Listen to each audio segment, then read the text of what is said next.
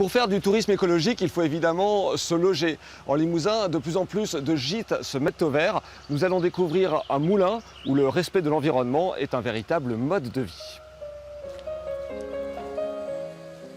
La roue tourne comme si elle ne s'était jamais arrêtée, mais l'ancien moulin a changé de vocation.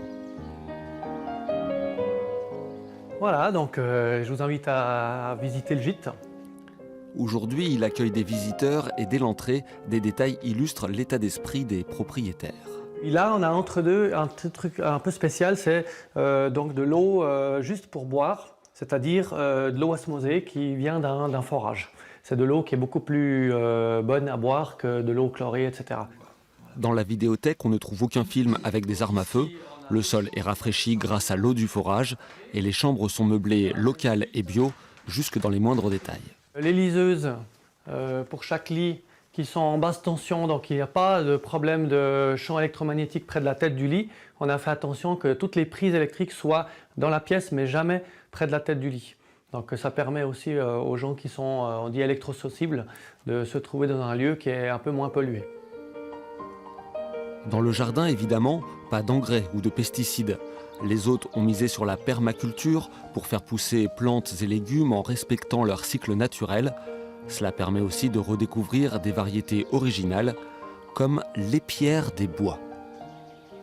Elle a une particularité qui est assez marrante, c'est que par exemple on prend une feuille et puis on la froisse comme ça, et quand on la sent, ça sent la serpillière, et là ça donne vraiment pas envie de la manger. Par contre si on continue, ben là ça sent le champignon. Donc si on n'a pas de champignons, on peut très bien prendre quelques feuilles comme ça d'épierre des bois et puis les mettre dans une omelette.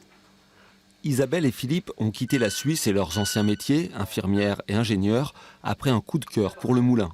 10 ans plus tard, ils ont donné à ce lieu un tout nouveau visage, à leur image. L'idée de base, c'était d'être le plus autonome possible. C'est ce qui nous a fait partir de Suisse, là où on était avant. Et puis, on a trouvé ce lieu, on a vu le potentiel. Il me semble qu'un des luxes de notre société, de notre siècle, c'est de trouver un lieu où on est un peu au calme. C'est devenu compliqué, hein. Vous avez des activités partout, ça peut être de la musique, ça peut être des transports, etc. Donc si vous voulez chercher un lieu pour être tranquille, eh bien c'est compliqué. Si vous voulez de l'activité, des animations, vous vous déplacez, on en trouve partout. Le calme est parfois perturbé par les rires des baigneurs dans le spa, chauffé par géothermie et grâce à une bulle vitrée. Aujourd'hui, les baigneurs sont des habitants du secteur, conquis par le projet. Moi j'adore, l'eau et la température parfaite, vraiment.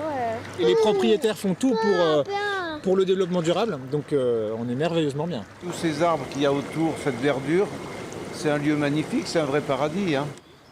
Ce que j'essaye, c'est de faire un projet cohérent qui ait un impact le plus faible sur la planète. Ça ne veut pas dire qu'il faut vivre comme des ascètes et puis plus rien se permettre. Je crois que la vie, c'est aussi fait de plaisir. Donc profitons de la vie, mais en essayant d'être le plus respectueux de l'environnement. Le jardin devrait bientôt accueillir une yourte pour abriter des stages de yoga ou de méditation, et toujours au rythme du moulin.